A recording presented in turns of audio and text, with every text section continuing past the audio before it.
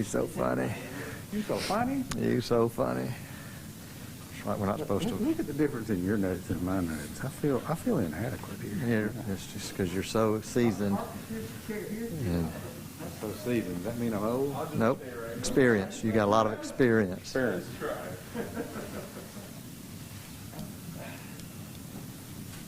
No, I'm not supposed to touch anything, but I'm gonna go ahead and do it. See, I can't use that mic now. Okay. We're live, by the way.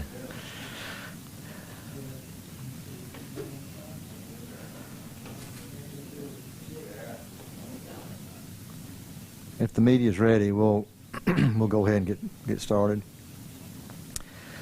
Good afternoon, everyone. We are here this afternoon to provide you with an update on COVID-19 as it relates to our community, the city of Dothan and Houston County. Kind of give you an update with where we are. Would like to, I'm going to speak first and give you just a general idea of what we've been working on as of late. And Chairman Culver will follow up with some more information as well. What I would like to do first is to tell you that as we have continued to progress in our dealings with COVID-19, I want to say first off a thank you to both hospital groups. Corey Kirkland with Alabama Department of Public Health, EMA, Chairman Culver, and our city manager and staff here as well. They are working together very, very well, and I appreciate it first and foremost. As again, there's no playbook for this. This is a pandemic. No one, I don't think, at this point has been through this before. We recognize that there are two issues that hospitals are facing across the country and as well as here. That would be staffing issues and that would be capacity issues, the ability to be able to take on more and more patients. I think this is important to keep in mind because first off, we are an area that takes in about 10 counties, that typically handles for those 10 counties trauma, cardiac, and stroke victims as well. And so we have a lot of people that come to our area. We gather some people from Georgia and Florida as well that come to our hospitals. And they come to our hospitals for those incidents and things that are going on in their lives. And we want to continue to take care of them because they are your family. They are your friends. They are those that you know every day. When you throw in on top of a pandemic like COVID-19 and a virus that so far continues to baffle all scientists and the medical profession across the board, it is a challenge. And so it is continuing to increasingly stress and strain staffing and capacity and space, the ability to continue to take care of those in our community. I think that's what you need to hear and understand and know today, that the things that we will be reminding you of are directly affect those two things, the staffing, the ability to take care of you, and the capacity to do so.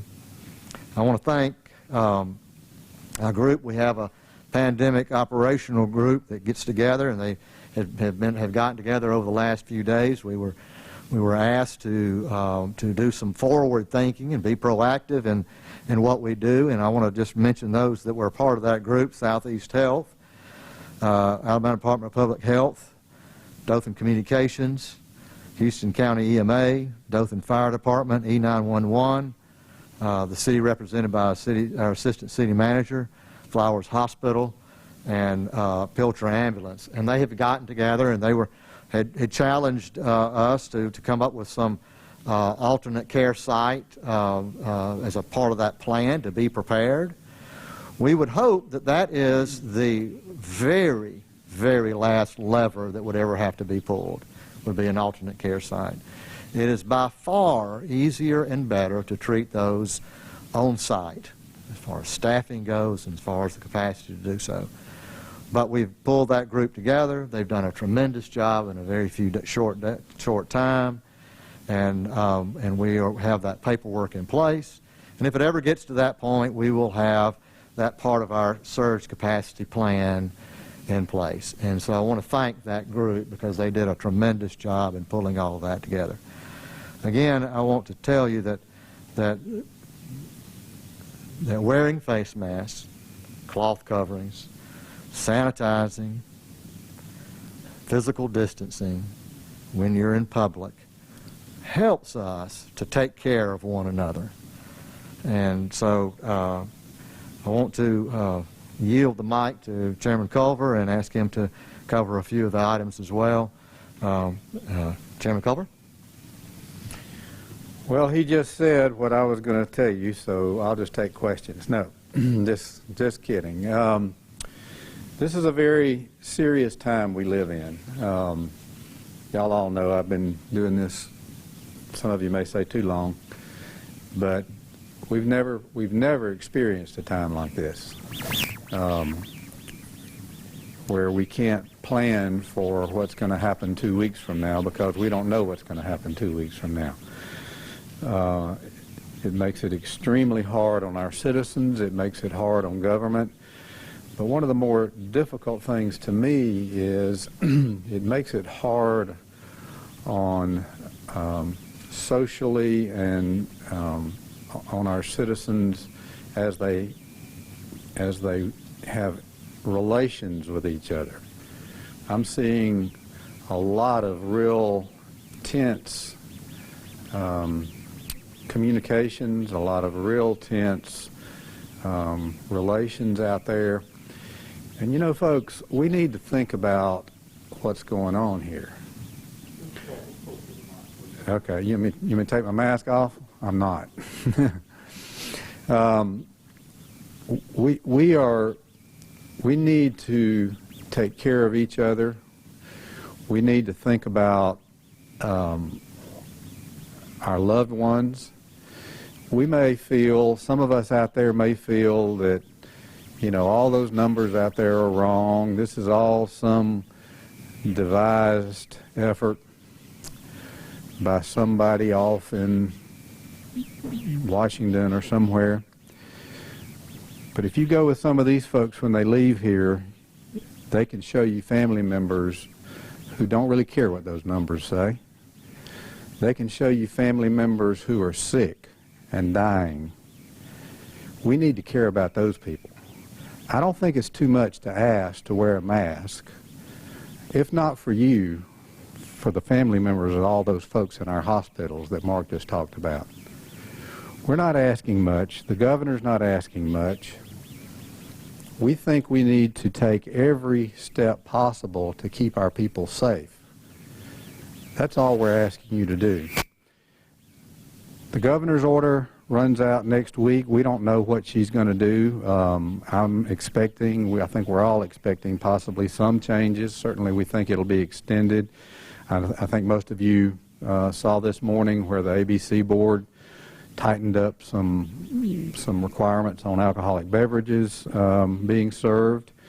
I think that might help. I think that was actually a compromise between two different requests. We do want people to continue to wear a mask. We do want you to social distance. We want you to continue to sanitize. We would like to encourage businesses out there to adopt a policy of not allowing people into your business unless they have masks. A lot of the larger places have. We think that's a good practice.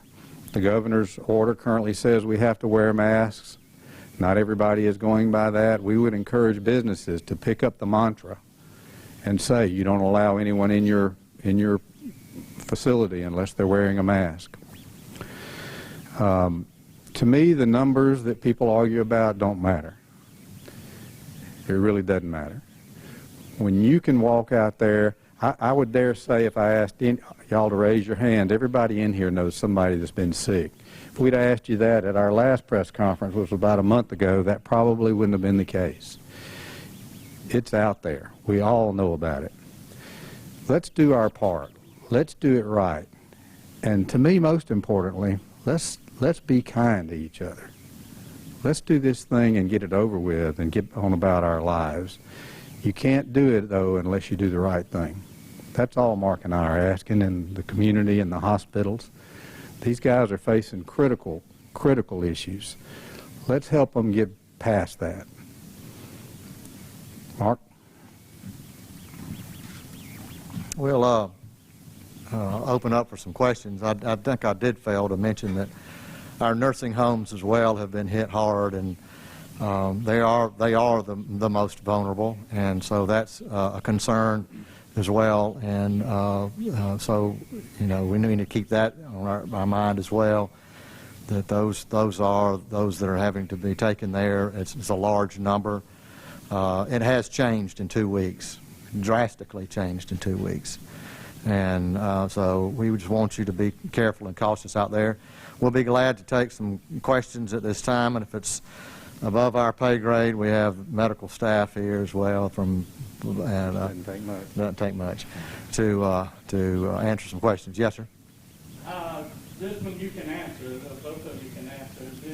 The consistency in what you say when you're here is a message that's going out, but there's another message going out when people see folks at ballparks having ball tournaments like this last weekend, hundreds of people from all over the place, no social distance, no mask, no nothing, and I was told that there were folks working out on the roundabout last week, county employees, who were not wearing masks, but the city folks that were working out there were. So how do we deal with these inconsistencies in policy? Well, I'll take a shot at it if you don't mind, and if you could join in. I was watching the media fire away at President Trump the other day and quizzing him down because he didn't want to wear a mask, and then he's wearing a mask, and then somebody called him out somewhere and he didn't have his mask on, and I thought, good heavens, how do you live like when people are scrutinizing you on every hour of every day?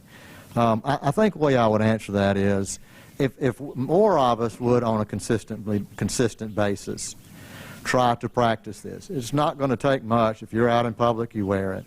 You're going to see people that choose not to. I was across the Florida line, excuse me. I didn't go that far. Across the line, and there was hardly anybody wearing a mask at that particular, the place where I was. But that didn't make it right. I think that the message is, the one thing that they all agree on is that the face mask coverings and sanitizing and physical distance works. It helps to limit that number. Yeah, is somebody going to be out there and you're going to catch somebody that's not doing it when they should be? Absolutely. It's just part of human nature. But the more we can do it, I think the better off we'll be and our hospitals will be. That's the biggest thing to me is the more you do it, the more I do it, the more we all do it, the better off we'll be able to take care of our family and our friends and our community. Mayor Filippo, back in March when we had our first briefing. You didn't want me to answer his question? You don't want me to answer his question? I apologize. That's all right. Let me just tell you real quick. We adopted a policy when the governor did her last order. I don't know what the city's policy is. The city manager might can answer, and it's in writing. And we expect all of our employees to honor it. If they're inside at their desk, they can take their mask off. If they walk down the hall to see somebody, they put that mask on. If they're in the truck with anybody at all other than themselves, they wear a mask. If they're out working on the road and they're not, they don't have to wear the mask if they're in open air. Hopefully what you saw or somebody saw, they were not right up against each other, but that's the policy. We're taking a pretty aggressive position that we want our employees and the people coming in our buildings to wear masks. As well, the city has, because we want to protect our employees. And so we hope that if they're riding together, that they're wearing masks. That's our intention as well. Mr. Curtis? Mayor, our first briefing back in March, now we're almost in August. From your perspective, you and I have talked about this previously. How more serious are people taking this now than they did then? Are they still lacking putting enough significance on this event, which I think is pretty much why we're here tonight? Yeah, you know, that's a tough one because this gets to be a very polarized issue, I think for all the wrong reasons. I think it can be something that brings us together in unity, caring for one another, even if you don't like to wear a mask, even if you don't want to, even if you don't want to physically distance. It's just not the issue. The issue is, you know, do you sacrifice something that you may not like to do because it just might help someone else in the community?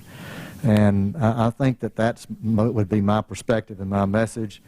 I think that we, you know, everyone that suffers from COVID fatigue, they're tired of being out of the normal way that they can live their lives, and it's stressful and it's a strain on they and their families, and we've suffered from, in some ways, with our economy, and we're continuing to try to battle that. And so, I hate to comment that we're doing better or we're not doing better. I would just hopefully encourage all of us to continue, as Chairman Culver said, to be kind to one another and try to understand where we are. And let's just get through this the best we can until they come up with medicines and vaccines and we can continue to fight it. We do have flu season coming, and that's a concern as well. I have two more questions. That's all. One would be for representatives of the local hospitals. The other would be for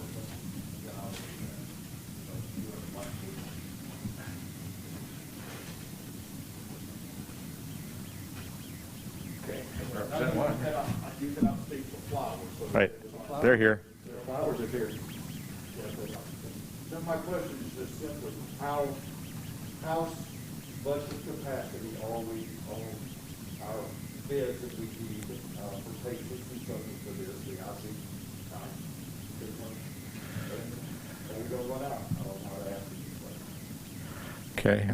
Well, I'll try. I don't know the answer to your second question. I don't believe so. I don't believe we're going to run out. I think what the big difference, you know, we closed down both hospitals closed down pretty significantly at the beginning. Stopped elective procedures, stopped doing some diagnostic procedures on patients that we quotes were healthy at the time, to try to handle COVID. And the result of that, the delays in care had a huge consequence. People putting off something that could have been done at an earlier time when they were healthier. Now they're further down in the process and they're sick when they come in. We saw people not coming to the emergency room because we were sending out this message that COVID was at the hospital, so they didn't want to expose themselves. So what we learned from that when we reopened was that, you know, we have a service to provide regardless of COVID that is important. And we've got to figure out a way to do both. And I think we've gotten much better at that. So we're continuing to do the normal things that we do, plus COVID. And the key to this is this curve of how is COVID coming into the community, and that's what we've watched the most carefully. If we can keep that rate of inpatients to a level that is manageable, then we'll be fine. And so far, we've been able to do that at both hospitals. It's been stressful, but we're doing that. We came to the county and the city specifically to ask what happens if we get beyond our capacity. Who else can help us, and where else can we go if we need to? We hope we don't have to do that, and so far we don't. We're managing this. But it's stressful. There's no question about it. It's stressful.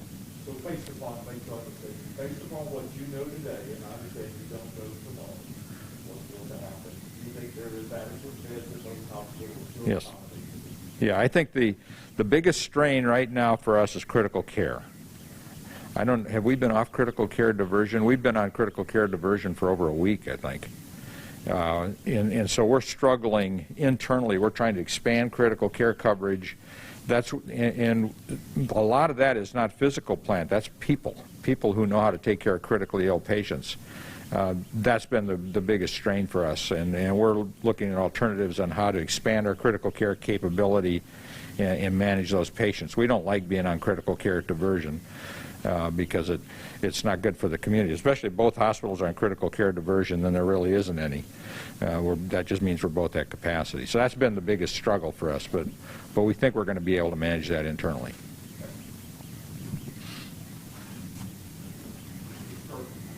I think we've had 6 constructive cases, but the biggest problem area now seems to be up in Dale County. And I asked that to ask this, there are so many people coming from Dale County into this community. Just your assessment of that situation where that seems to be perhaps the hottest bed of activity in this part of the state. Well, I'll be honest with you, I have not looked at the number. First thing this morning, we were, of course, working with the hospitals and different things, but throughout the last few months, we've seen different counties become hot spots. I mean, we know from time to time we will have additional cases in our nursing homes. We've seen additional cases from reports from weddings and funerals. I think the biggest thing is that we have community-wide spread, and we're going to see it pop up in our nursing homes, but we're also going to see it as a result of our workplaces, of our activities outside of work, at home. We know that when we have test sites, we have a lot of people that come through and they're anxious and they want to get back to work. And we're telling them, you've got to go home. You've been tested. You need to go home and wait for results. So we have a lot of people, I think, with a lot of different ideas about how to manage this once you're tested. We need a lot of adherence to the mask wearing, but also, as I said, the distancing and the staying at home, the hygiene, all those things working together. I don't know that there's any one magic bullet, unless that we could point to one specific entity that does have a large number of increases. We've worked with a lot of food processors as well too. We know from time to time we'll have a spike there. At the same time, you can have a spike in a nursing home, and then you can just incorporate any community transmission that you have going on too. And for a certain amount of time, you can have a county become a hot spot. It could also be a large event. It could be something out of a church. It could be something at a ball game or something like that that would spike that.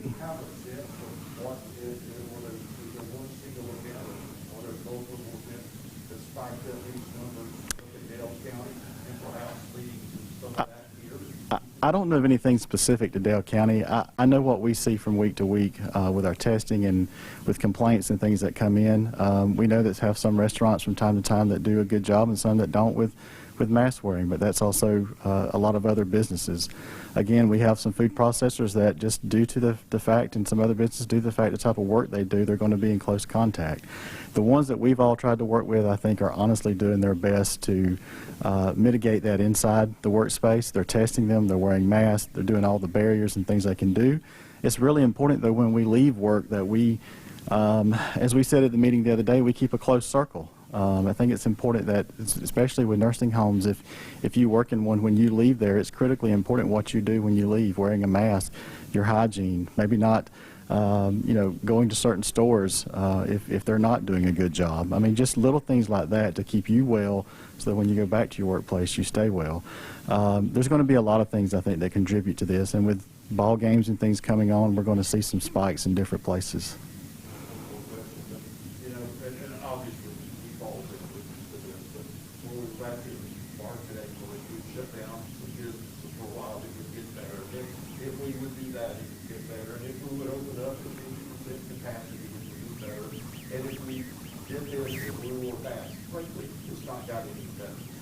Understand you don't control that, but how do you sense of what you deal with that?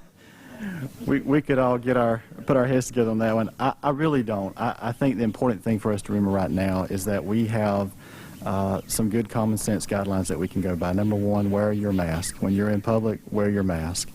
Washing your hands, good hygiene practices, your social distancing. All of those things will contribute to making this end sooner.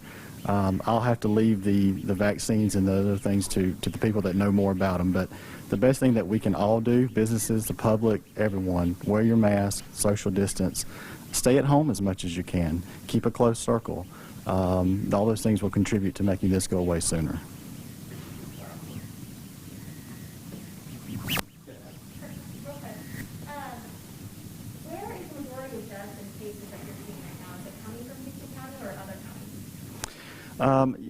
We get them from all the different counties. I don't have one report that I get that tells me, where the majority are of them right now. I would have to go back to our database to try and see where they are.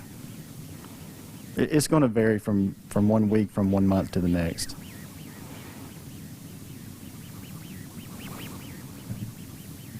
I have one question, and maybe the hospital, because I got phone calls the other day of a person that was on their deathbed, and the family wanted to go see him. And I know how hard it was for my grandson. Was in the hospital.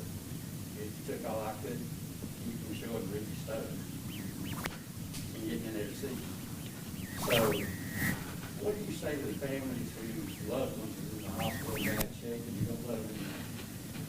You can answer that, so they call you. Who do we call? Yeah, that's a tough one. First of all, if we know somebody that's at that point where they're dying, then we have a kind of a different approach to them. But it's still, at the end of the day, we've got to be able to protect the people who are taking care of those patients, and that's the critical piece to us about why we've restricted visitation, because if you bring it into the hospital and you expose personnel to COVID, and then we don't have those personnel to take care of the next sick patient that comes in, we've got a real problem. So we're trying to balance between the two. We've looked at social media to try to help. Are there ways where we can do that? I don't have a good answer for you, because it's not going to be what people are used to doing, where the whole family gathers in the room. That's just not going to happen during this pandemic. But we do ease up the single visitor policy when we know somebody is in that condition. That's the best we can do at this point.